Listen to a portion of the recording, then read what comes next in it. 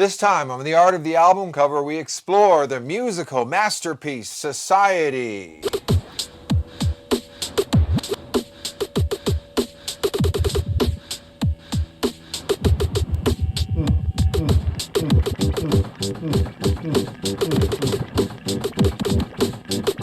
Here I have 9 10-inch records from the Musical Masterpiece Society releases of the mid to early 50s of classical composers and their compositions.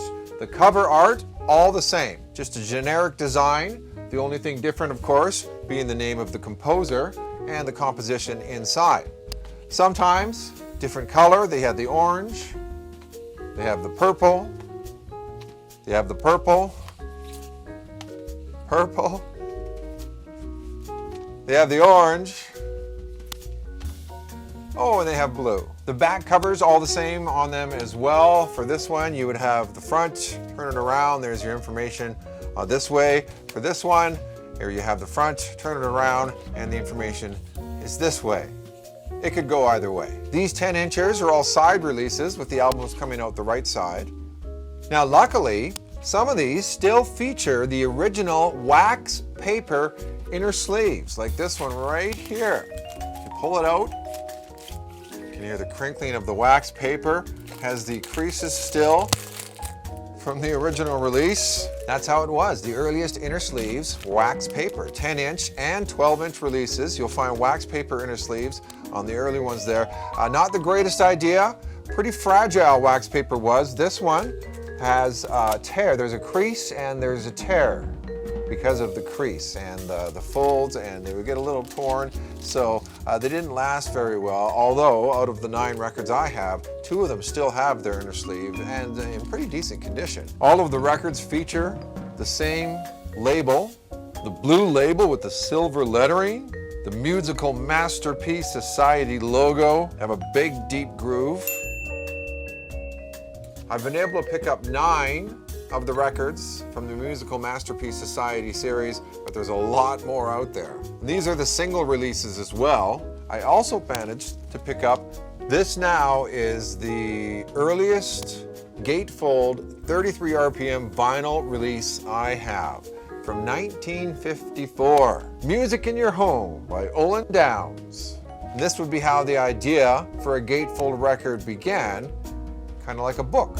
An audio book of sorts. You have this package, you can open it up, you have the page, all the writing there. Inside, more to describe the music, like that. And then, from the top, you pull out the record. And this one also, both records still in the original wax paper inner sleeve. This release, a sampler of the series. You get 2 records with a bunch of music to intrigue you and perhaps say, you know what, I'd like to hear more. I'm going to sign up and get the series from the Musical Masterpiece Society. Now, what exactly was the Musical Masterpiece Society? The Musical Masterpiece Society was part of the Concert Hall Society Incorporated. It worked as a subscription for post-order business. You could only order the records through mail, but you didn't need to purchase a fixed amount of discs. You could just buy as many as you liked through the mail. Originally, the label was called the Musical Masterwork Society, but the word masterwork was already in use by Columbia Records, has been since the 1930s, so they needed to change the name, and they went with the Musical Masterpiece Society. So the Concert Hall Society was originally formed by Samuel and David Josefovitz. Samuel was an accomplished amateur classical pianist as well as earning a degree in industrial engineering. And David was an expert in plastics, had a PhD in chemistry, and also was an accomplished violinist. They decided to start a record company because while they were running their family chemical business on Long Island, they were offered a 20-ton consignment of vinyl resin, raw material for making vinyl records. Given their love of music and their expertise in chemistry and manufacturing, they thought, you know what, why not produce classical music records and distribute them through mail order? So they created the Concert Hall Society Incorporated in 1946. The Concert Hall Society was a success and rapidly evolved into a budget label for classical music, often operating as a record sales club in various countries around the world. Releases were available only to members of the Concert Hall Society.